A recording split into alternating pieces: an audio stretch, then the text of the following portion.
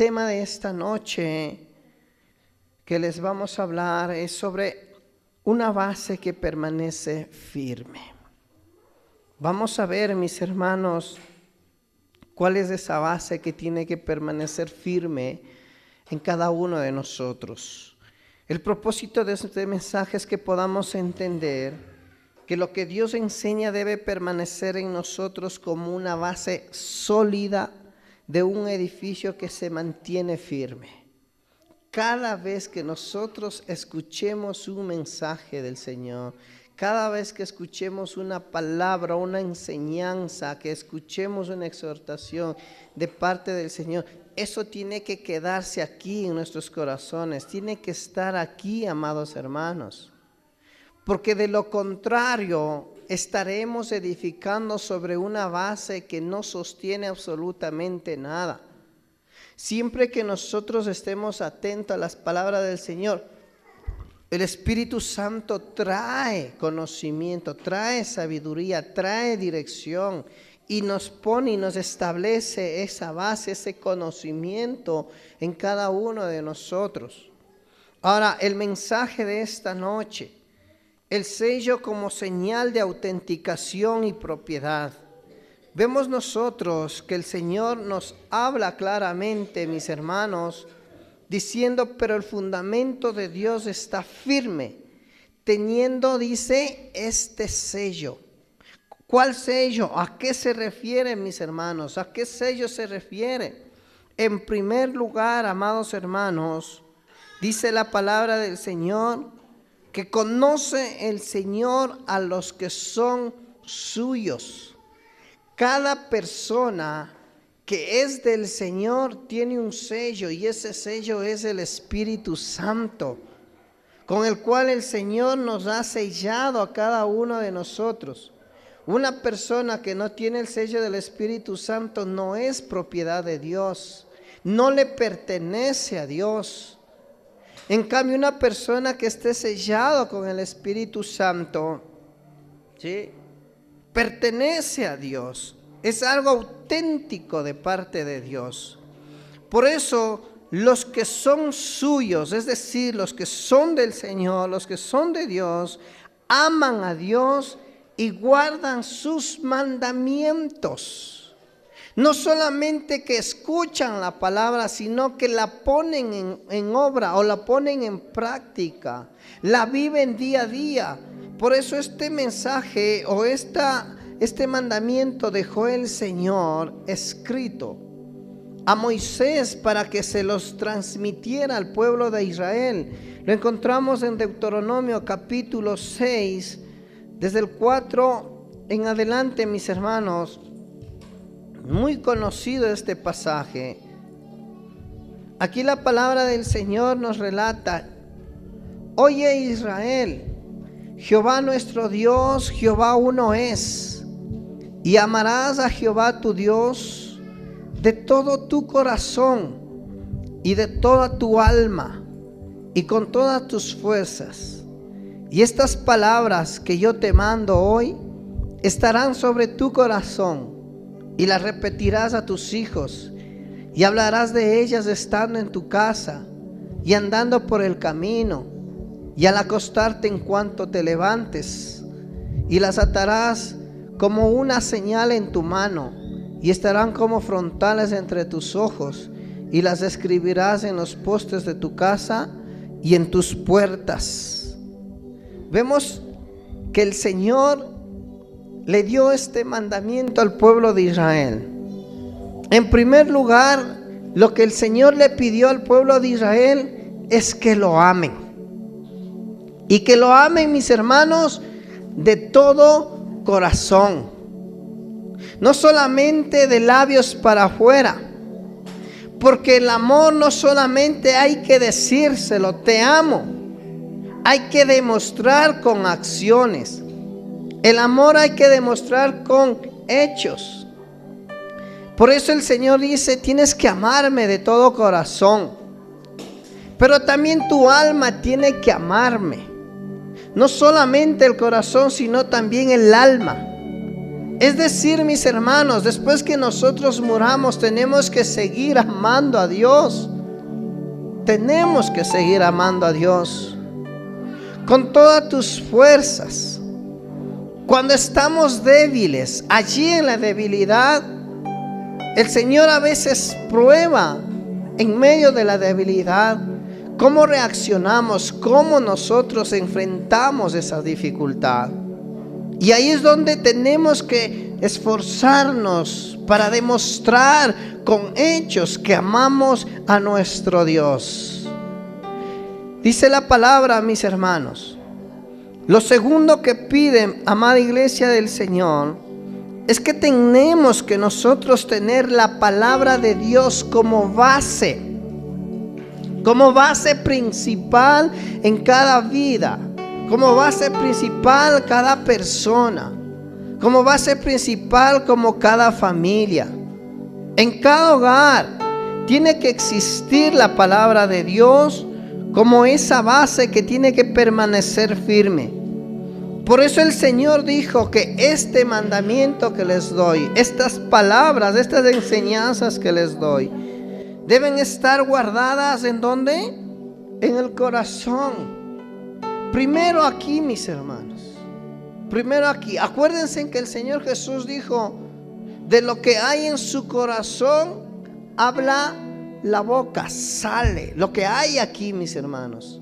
Si no hay palabra de Dios, si no hay mandamiento de Dios, si no hay enseñanza de Dios aquí en el corazón, va a salir de aquí, mis hermanos, solamente cosas que no son agradables. Van a salir de nuestras bocas solamente cosas que son despreciables al oído de otras personas.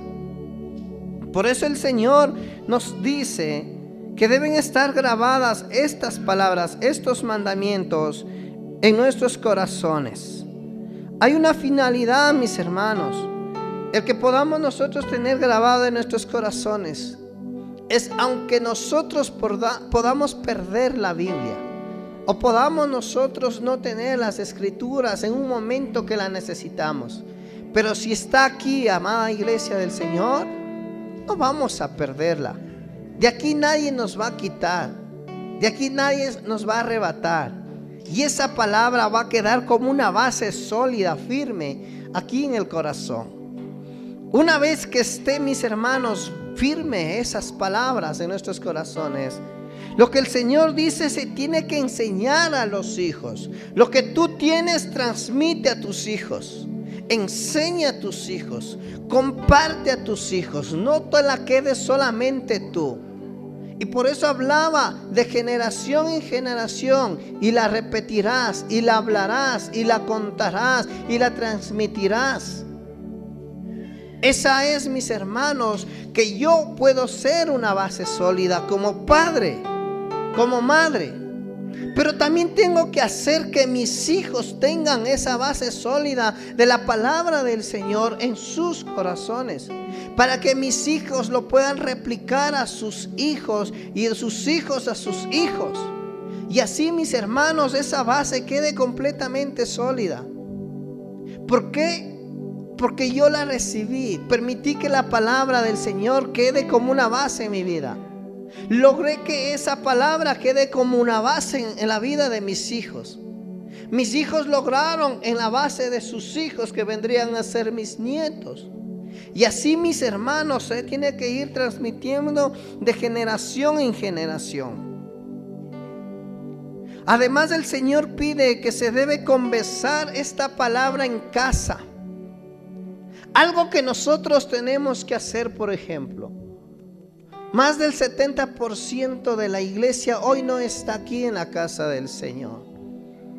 ¿Qué tal si tal vez somos un poco curiosos y los que no pudieron venir preguntan y dicen sobre qué tema hablaron hoy, sobre qué dieron la enseñanza el día de hoy, o sobre qué predicaron el día de hoy? Y empezamos a hablar y empezamos a conversar. Recuerdo, amados hermanos, conjuntamente con mi padre, tocábamos temas. En la casa no había temas de política. En la casa recuerdo que no había temas de algún hermano, de alguna hermana. No, siempre era palabra del Señor. Siempre Él acostumbraba mientras comíamos. A veces después de que acabamos de comer nos quedábamos conversando de lo que dice la palabra del Señor. Dios, Jesús, la salvación, la vida eterna. Tiene que ser un tema de conversación en la casa, en el hogar, en la familia. Ya no se puede seguir perdiendo el tiempo hablando de otras cosas, amados hermanos. Cada uno de nosotros tenemos que reflexionar sobre qué temas estamos hablando en casa. Sobre quién estamos hablando en casa. ¿De qué estamos hablando en casa? Y el Señor nos dice: no pierdan el tiempo hablando otras cosas. Hablen de mí, hablen de mi palabra, hablen de lo que yo hice por ti. Enséñenle a sus hijos. A veces estos pequeños empiezan a escuchar y aprenden. Y esas cosas, mis hermanos, es una disciplina que se tiene que mantener durante todo el tiempo. Ahora, no solamente en casa, dice también estando en el camino. Se debe hablar, se debe conversar con los que están en el camino, con los que viajan junto a nosotros. ¿Para qué? Para que también la base de la palabra de Dios quede en aquellas personas a quienes compartimos, a quienes hablamos. ¿Saben que dicen que la mejor forma de nosotros aprender es enseñando? Lo que yo aprendo tengo que enseñar a los demás para que eso quede en mí. Y esa es una disciplina que tenemos que aprender, amados hermanos. También dice la palabra del Señor que nosotros tenemos que hablar sobre esta palabra al momento de acostarnos. Y en realidad hay familias que acostumbran a comprar de esos cuentos infantiles a los niños. Y mientras se acuestan les empiezan a leer aquellas historias que nos relatan las escrituras. Y hay libros apropiados, específicos para eso, resumido.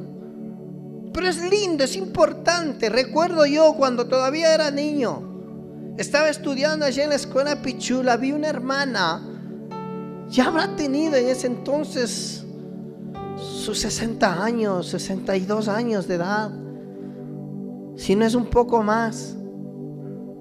Ella siempre venía al rato de ya acostarse todos y nos contaban alguna historia de la Biblia. Estando escuchando nos quedábamos dormidos, pero siempre había una historia que nos gustaba más y le decíamos que nos vuelva a contar. Había otra hermana que se llamaba Narcisa y le decíamos Nacha, que ella no utilizaba la Biblia, por ejemplo, para predicar cuando ella tenía los cultos con los niños. Ella se sabía toda la historia de la Biblia y nos relataba. Y recuerdo que esta mujer era, mis hermanos, nos tenía 30, 40 minutos siendo niños de rodillas. Mientras orábamos ahí de rodillas, ella nos contaba la historia y eso traía, mis hermanos, a nuestros corazones deseos y apetitos de orar cada vez más. Dice la palabra del Señor que también al momento de levantarnos se tiene que hablar, se tiene que conversar de la palabra de Dios. Ahí es donde entran los devocionales. ¿Qué nos cuesta, amada iglesia, leer un poco de la palabra del Señor y poder compartir con nuestros hijos o ahí en casa, en el hogar? Quizás tal vez de lunes a viernes no lo podamos hacer, pero hagámosle por lo menos un fin de semana o los días que no trabajamos. Solo ahí nosotros vamos, amados hermanos, a hacer que la palabra de Dios sea como una base en nuestras vidas. Aprendiendo, recibiendo, pero también compartiendo. Ahora dice, mis hermanos, también que esta palabra de Dios debe ser atada como una señal en la mano, mis hermanos. Por lo general en la ciudad podemos nosotros ver claramente esto, ¿no? Hay algunos que llevan su Biblia al lado, mis hermanos. Siempre andan con la Biblia. Vayan o no vayan a predicar, pero siempre andan con la Biblia en la mano. Esa es la señal de que quizás este es un evangelista o es un predicador o es algún anciano, un ministro de Dios.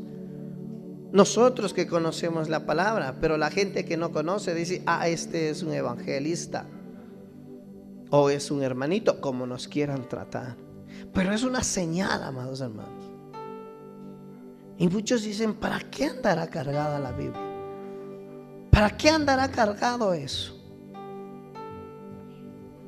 También dice, mis hermanos, que debe estar como frontales en nuestros ojos. Quiere decir, amada iglesia del Señor, que la palabra nunca tiene que dejar ser examinada, leída, meditada por cada uno de nosotros. Si quieres que la palabra del Señor se convierta en una base sólida en tu vida, pues todos los días tienes que alimentarte de ella. Deben estar escritos en los postes de la casa y también en la puerta. Es algo que nosotros no lo tomamos en cuenta. En vez de poner, mis hermanos, un cuadro, ¿sí?, o sus fotos, lo que el Señor necesita es esos versículos, esas promesas que Dios tiene. Ponlos allí para que cada vez que salgas o salgan, se acuerden. A lo que regresen, se acuerden.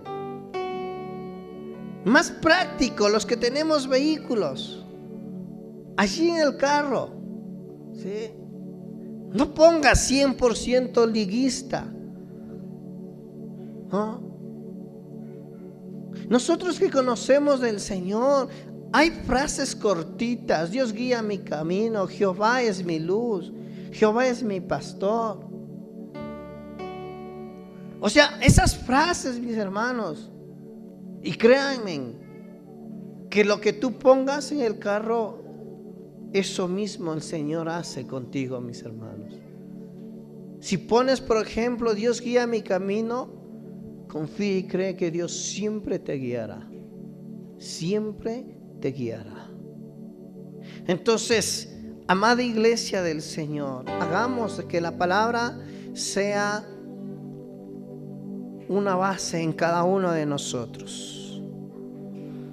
Los que son suyos, dice que procuran con diligencia presentarse a Dios aprobado. Vamos a ver, mis hermanos, Números capítulo 16. Aunque es un poco largo la lectura aquí, pero vemos en resumen, amada iglesia, desde el versículo 1 al 3, que Moisés enfrentaba un desacuerdo con su liderazgo. Vemos ahí a Coré, a Datán y a Abiram. Dice la palabra del Señor que juntamente tomaron gentes, en total 250 personas, y se levantaron contra Moisés. Se rebelaron contra Moisés. Lo que ellos dijeron a Moisés es: basta ya de vosotros, porque toda la congregación, todos ellos son santos y en medio de ellos está Jehová. ¿Por qué pues os levantáis vosotros sobre la congregación de Jehová? Lo que ellos estaban diciendo: a ver, un ratito, yo también soy hijo de Dios, yo también sirvo al Señor, yo también soy un diácono, yo también soy un líder, yo también formo parte de una tribu de Israel. ¿Por qué solamente el pueblo entero tiene que obedecerte a ti, Moisés? ¿Por qué solamente a ti? Entonces, Moisés trató y procuró más bien con mucha diligencia presentarse ante Dios aprobado. A Moisés no le interesaba que los hombres le aprobaran como un gran líder que era. A Moisés le interesaba que Dios lo aprobara como ese gran líder que es. Y por eso desde el 4 al 11 ustedes pueden revisar allí que Dios define a quién escogió. Moisés esperó que Dios defina a quién escogió. Moisés no discutió para nada, ni tampoco defendió su llamado. Simple y llanamente lo que Moisés dijo es: mañana mostrará Jehová quién es suyo y quién es santo, y hará que se acerque a él. El que él escogiere, él lo acercará así. Y Moisés le dio instrucciones. Pero Moisés le estaba diciendo: ¿procuras también el sacerdocio? Ya el Señor había dicho que de Aarón iba a salir todo lo que es los sacerdotes. Ya el Señor había apartado un pueblo como los levitas para que puedan servir en el altar. Y de ahí no podían traspasarse porque el Señor ya les había asignado a cada quien su tarea. Entonces Moisés esperó que Dios defina quién va a escoger. No defendió su llamado, ni tampoco estuvo discutiendo el llamado que Dios había hecho con el pueblo. Desde el verso 20 al 24, amados hermanos, podemos ver ahí que Moisés con paciencia esperaba la respuesta del Señor. Es decir, esperaba que Dios lo respaldara. Y miren lo que dice ahí la palabra. Y Jehová habló a Moisés y a Aarón diciendo: apartaos de entre esta congregación y los consumiré un momento. Y ellos se postraron sobre sus rostros y dijeron: Dios de los espíritus de toda carne, ¿no es un solo hombre el que pecó? ¿Por qué airarte contra toda la congregación? Entonces Jehová habló a Moisés diciendo: habla a la congregación y diles: apartaos en derredor de la tienda de Coré, de Datán y de Abiram. Y vemos, mis hermanos, el resultado final desde el 28 al 35. Y dijo Moisés: en esto conoceréis que Jehová me ha enviado para que hiciese todas estas cosas, y que no las hice de mi propia voluntad. Si como mueren todos los hombres murieren estos, o si ellos al ser visitados siguen la suerte de todos los hombres, Jehová no me envió. Mas si Jehová hiciere algo nuevo, y la tierra abriere su boca y los tragase con todas sus cosas, y descendieren vivos al Seol, entonces conoceréis que estos hombres irritaron a Jehová. Y aconteció que cuando cesó él al hablar todas estas palabras, se abrió la tierra que estaba debajo de ellos, abrió la tierra su boca, los tragó a ellos y a sus casas, a todos los hombres de Coré y a todos sus bienes. Y ellos con todo lo que tenían descendieron vivos al Seol, y los cubrió la tierra y perecieron de en medio de la congregación. Y todo Israel, los que estaban en derredor de ellos, huyeron al grito de ellos, porque decían: no nos trague también la tierra. También salió fuego delante de Jehová y consumió a los 250 hombres que ofrecían el incienso. Miren, mis hermanos, una gran enseñanza de este hombre Moisés. El pueblo se rebeló. Él no perdió tiempo discutiendo con el pueblo. Simplemente él estaba seguro de su llamado. Porque un día, cuando él estaba solo en el desierto, se le aparece allí en medio de la nada, mis hermanos, una zarza ardiendo. Como toda persona curiosa se acerca a ver qué pasaba, porque ya él llevaba horas allí consumiéndose. Y por primera vez Moisés escucha la voz de Dios y le dice: Moisés, quita los calzados de tus pies, porque el lugar donde tú estás es tierra santa, es un lugar santo, porque ahí estaba la presencia del Señor. Y ahí el Señor empieza a tratar con Moisés y le escogió a Moisés para que vaya a liberar al pueblo de Israel, lo saque, lo lleve por el desierto y lo introduzca en la tierra prometida. Moisés estaba tan seguro de su llamado. Por eso es que él esperó su respaldo. Y así lo hizo el Señor, amados hermanos. Es decir, que Moisés procuró con diligencia presentarse a Dios aprobado. Lo que el hombre desechó, lo que el hombre despreció, lo que el hombre invalidó, Dios, mis hermanos, lo dijo que era un siervo fiel a Moisés. Y dice que Moisés era el hombre más manso que existía sobre la tierra hasta esa época. En segundo lugar, mis hermanos, el sello que les identifica a los cristianos, o más bien, mis hermanos, a todo aquel que invoca el nombre de Cristo, tiene que apartarse de la iniquidad. Tiene que apartarse de la iniquidad. Primera de Juan capítulo 1, versículo 3, del 8 al 10, podemos nosotros revisar ahí. Dice la palabra del Señor: el que practica el pecado es del diablo, porque el diablo peca desde el principio. Para esto apareció el Hijo de Dios, para deshacer las obras del diablo. Todo aquel que es nacido de Dios no practica el pecado, porque la simiente de Dios permanece en él y no puede pecar, porque es nacido de Dios.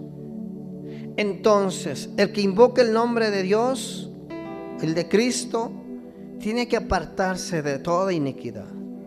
Y esto se refiere a apartarse de toda maldad, que es el pecado.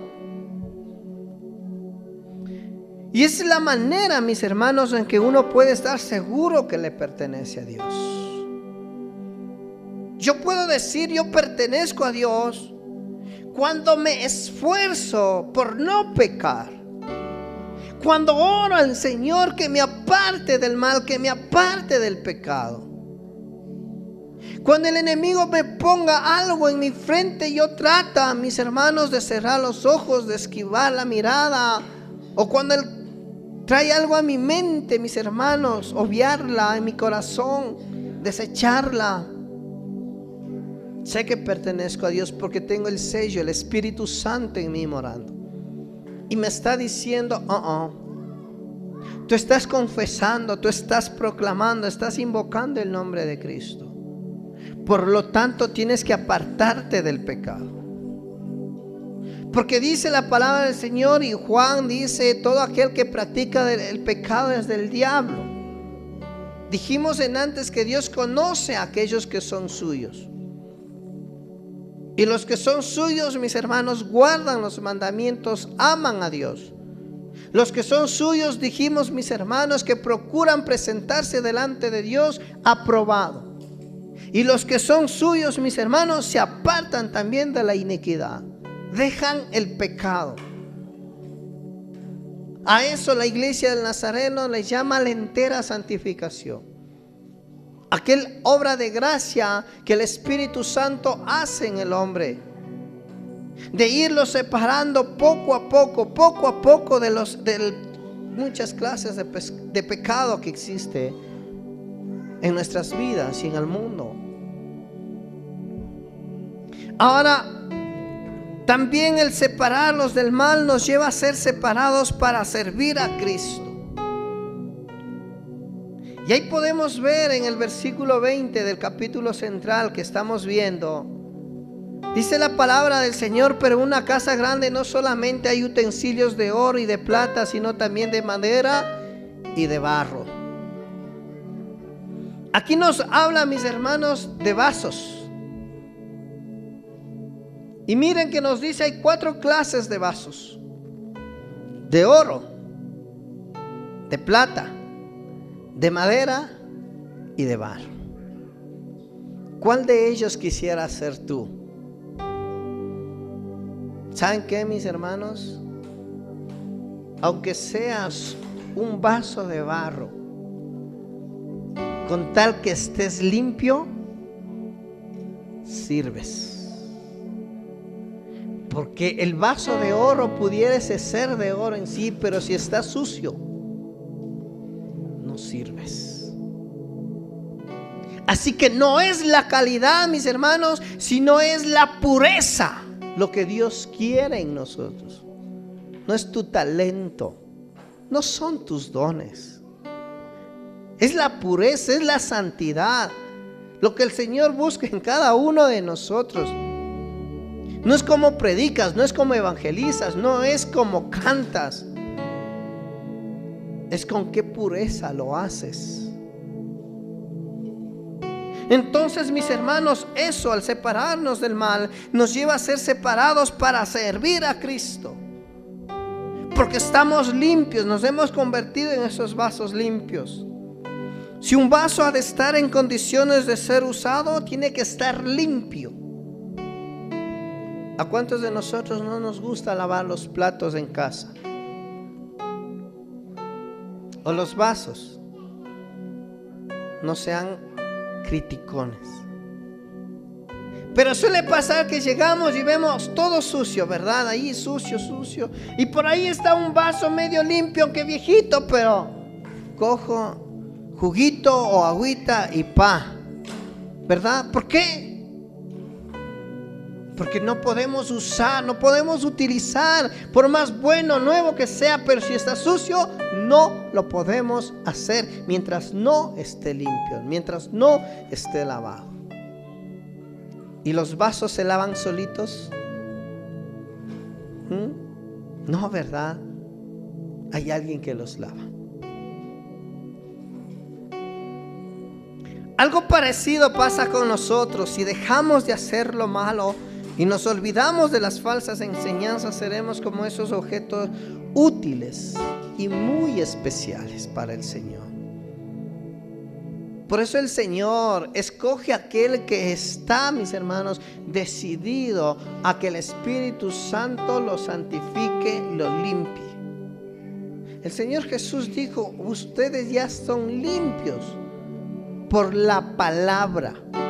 Porque la palabra de Dios es que nos va a nosotros también, mis hermanos, quitándonos impurezas, sacándonos las impurezas, apartándonos cada día más del mal.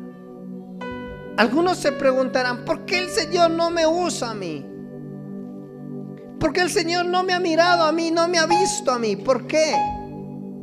Porque todavía tienes algo que te impide que el Espíritu Santo, que es santo, pueda llegar a ti. Si tú no te dejas primero limpiar para que Dios te pueda utilizar. Ahora el que se limpia se mantiene completamente limpio de esas faltas. Y será como un objeto precioso, dice la palabra del Señor. Como algo consagrado y muy útil al Señor, apropiado para cualquier cosa buena. Así dice el verso 21. Así que si alguno se limpia de estas cosas, será instrumento para honra, santificado, útil al Señor y dispuesto para toda buena obra. ¿Quieres servir al Señor? ¿Quieres que Dios te utilice? Empecemos, mis hermanos, limpiándonos. Empecémonos lavándonos. Y pidamos que el Espíritu Santo lo haga en nosotros. Por eso es que la señal que sirve como de sello de propiedad hace que conozcas al Señor, aquellos que son suyos. Y en segundo lugar, aparta de iniquidad a todo que invoque en el nombre de Cristo. Ahora mismo el Señor podría reconocer que somos suyos. ¿Qué dicen ustedes? ¿Será que los mandamientos del Señor están en nosotros? ¿Será que amamos al Señor?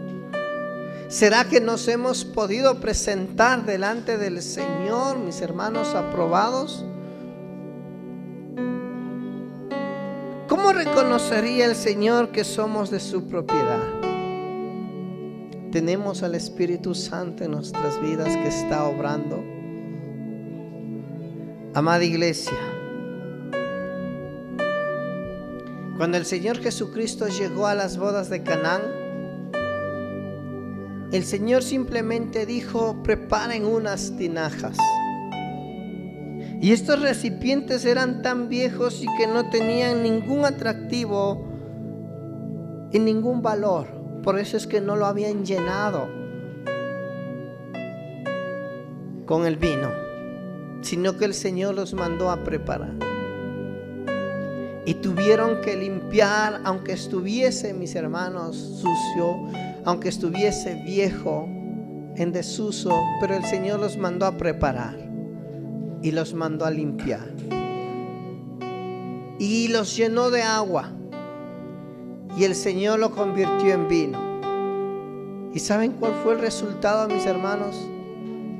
Aunque haya sido un recipiente muy viejo, muy en desuso, quizás tal vez desechado ya, pero limpio, el maestro el que probó el vino, le dijo: has dejado el mejor vino para el último.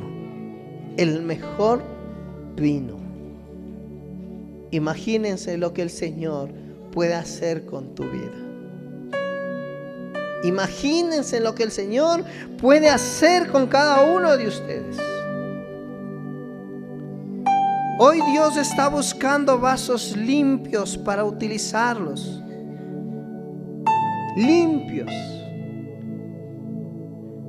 No vasos atractivos, no vasos adornados, sino vasos limpios, utensilios limpios, para que puedan servir, para que ese vino, sí, el mejor vino, pueda reposar en ti, para que el Espíritu Santo pueda vivir en ti, se pueda manifestar en ti.